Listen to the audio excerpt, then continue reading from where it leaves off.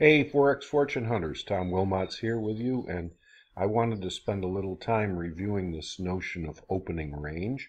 I'll be discussing it some in the room, but in order that you get some opportunity to review the concepts, I wanted to create a short video for you.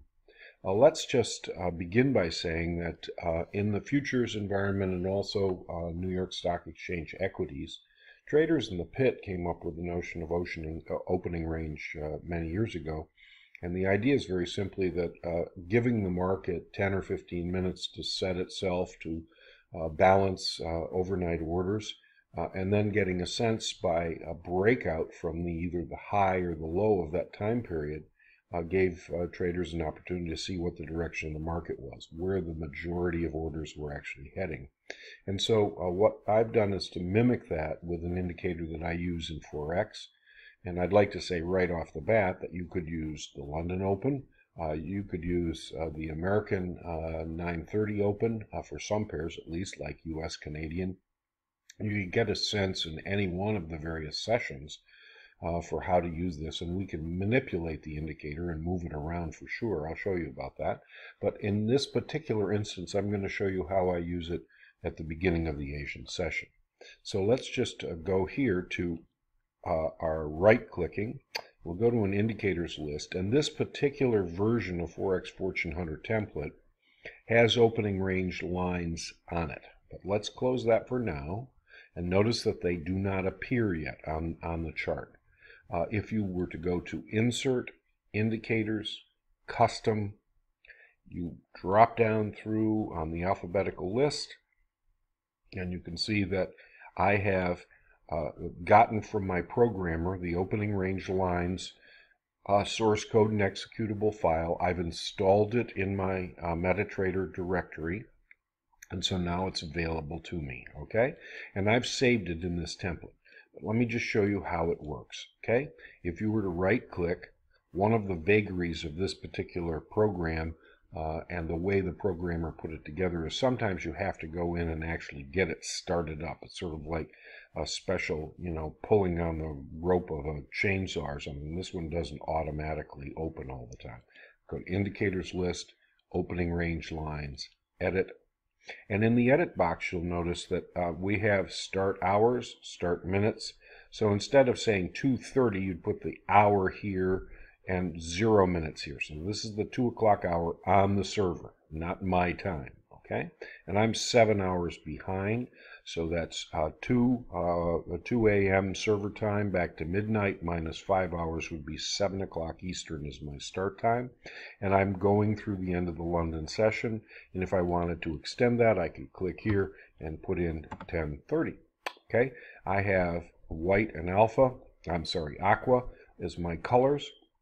I have a line width of 2, and down here I have gone back 30 days and drawn the lines 30 days. You can make this 10, you can make it any number you want, but bottom line 30 is the last 30 trading days, so that's 5 or 6 weeks.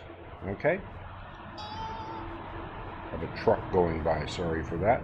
Anyway, now we're going to click OK, and we have our blue lines here. And notice that what we've done is, here's the 5 o'clock Eastern hour when the FXCM people roll over their trades for the day, 5 Eastern. Here is our 7:30 room start time. That's a half hour after our lines start here. And quite interestingly, the white line is the high of that, in this case, 15-minute candle, and the blue line is the low of that 15-minute candle.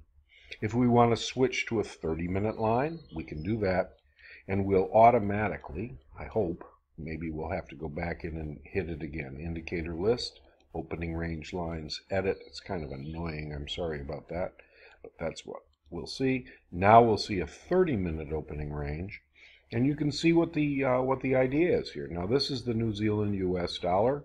There's less going on with this. It's a little easier to figure out a trend in the US versus the New Zealand or maybe even the Australian than it would be the euro, because there's so many cross currents on the euro.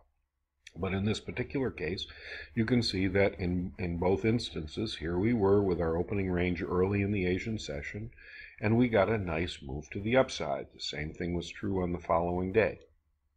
See what this pip count is, 49 pips here and probably 50 or thereabouts over here. Okay, let's back up. The same thing is true. Notice our bands are headed down, and so this is a confirmation that we're going to go a little bit lower. In this particular case, I'd be careful about taking this move down because our bands are clearly headed higher and we're above the chandelier, so you can use this in conjunction with your template. Notice what happens when we explode out of this range later in the session. Probably this is a London candle. The same thing is true here. This is more gradual. But once we have all of our ducks in a row, pardon the pun, we have a situation where overnight this drops down, and you can see it's actually very reliable. So once again, sometimes you have to right-click, go to the indicator, and click on it to start it up again, get it going, prime the pump. But other than that, it's quite reliable. You can also choose to, let's see if we go to indicators list, when you edit it, just as a quick review, you can change the timestamp. And before we leave here today, let's do that. Let's go on this one and let's make it 10. And let's not stop until 21 hours. Okay, so we'll go basically from London into the afternoon session in New York. You can see if we click here, okay. We click here, close. We've in fact moved this over now, and you can see if you want to play around with the pound dollar, the British pound tends to open and make its move at 3 a.m. in the morning. So you can see here this was our London session, and when the additional money comes in London, you can see that you have additional moves. We went up high and then you drop down into the afternoon. So you have some flexibility with this indicator. I hope it's helpful to you. I'll distribute it to the room members. Thanks for watching.